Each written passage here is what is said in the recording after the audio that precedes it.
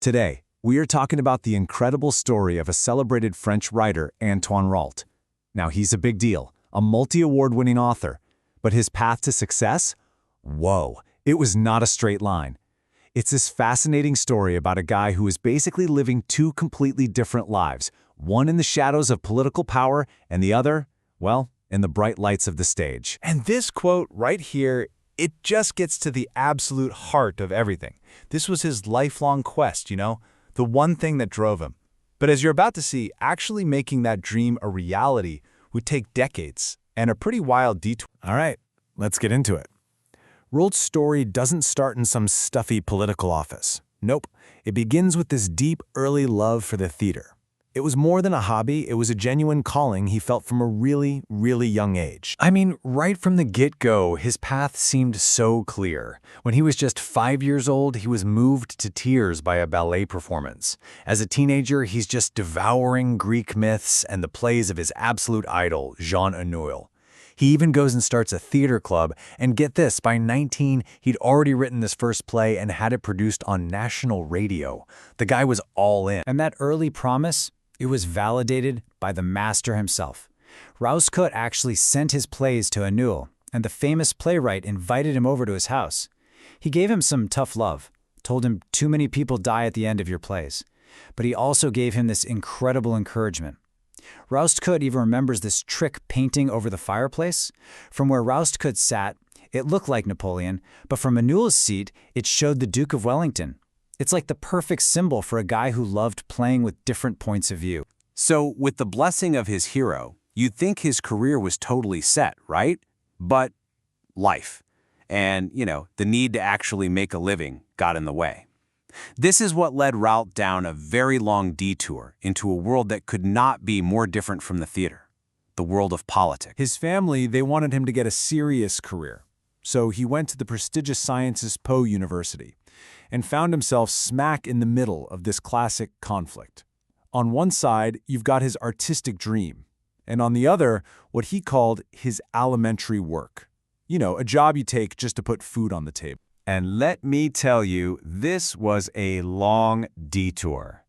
He did get one play on stage way back in 1989, but then he spent over 15 years in what he calls his crossing of the desert. And all that time, he was writing for other people. First a big-shot CEO, and then a government minister.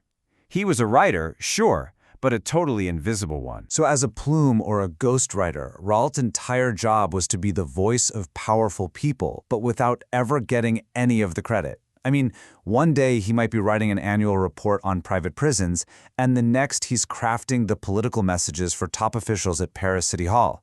He was absolutely honing his craft, but he was doing it completely in the shadows. But even while he was working deep inside the government, that creative and maybe a little bit mischievous side of him just couldn't be kept down. He got together with a friend, and they co-wrote this hilarious satirical novel, basically imagining a totally wild outcome for the next presidential election. And to everybody's surprise, this little fictional takedown of the political world was a massive hit. It sold over 100,000 copies, and the media just went crazy trying to figure out who wrote this anonymous bombshell. Yep. So it turns out the book had a particularly brutal, though pretty funny, portrayal of the sitting prime minister at the time. When Ralt's name was leaked as one of the authors, he was fired immediately. The political detour had just come to a very, very abrupt end. But this is where the story takes an unbelievable turn. Literally, just as his political career is imploding, a play he had written more than a decade earlier, a script that was just sitting around collecting dust, miraculously finds its way to the stage. Okay, you can't make this up. He writes the play way back in '92. Years later, on a total whim, he mails the old script to a famous theater, something that, never works. But the producer actually reads it and loves it. And then to cast the lead, the legendary actor Claude Rich, Raoul had to literally run alongside the guy's tractor in a field, pitching the play while the actor mowed his lawn. And it worked. The play, Le Caïman, which means the alligator, wasn't just some hit. It was a phenomenon. It got 5 nominations for the Molière Awards.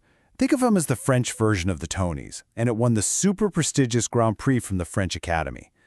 After 15 years in the wilderness, Antoine Rowley had finally arrived. So at last, Roald gets to live his dream, making a living from his pen. And the thing that makes his work so incredibly powerful is how he starts to bring his two completely different lives together. He started writing these big, sweeping historical dramas. One of them, Le Diable Rouge, is all about the political mastermind Cardinal Mazarin. And all those first-hand observations of how power really works, it gave his writing this raw authenticity that it probably never would have had otherwise. He also became a hugely successful novelist. He wrote books like La Danse des Vivants, which is about a spy who loses his memory, and Monsieur Senegal, about the identity crisis of an African soldier in France after World War I. You can see these themes just keep popping up. Who are we? How are we shaped by history and by power? I mean, his range is just incredible. Look at this. He can move so easily from these historical epics about political power to really intimate, modern plays about relationships, and then just pivot to these huge novels about identity. All those years he spent as a ghostwriter, learning to capture different voices, it clearly paid off in a big way. And for him, the novel is just the ultimate freedom. You know, unlike the stage, which has all these practical limits, he sees the novel as a space where he can go anywhere. Be anyone, explore any time period. It's what he calls the total art form. When you look at the whole story, it shows you that those wilderness years in politics weren't a waste of time at all. That long detour, it ended up becoming the raw material, the unique life experience that gave his artistic voice all of its depth and power. In one of his novels, Ball asks this very question, and his own life provides a pretty fascinating, complex, and honestly an inspiring answer. It shows that sometimes the path to our dreams isn't some straight line. It's a winding road, and the detours we take are often the very thing that makes the final destination so much richer.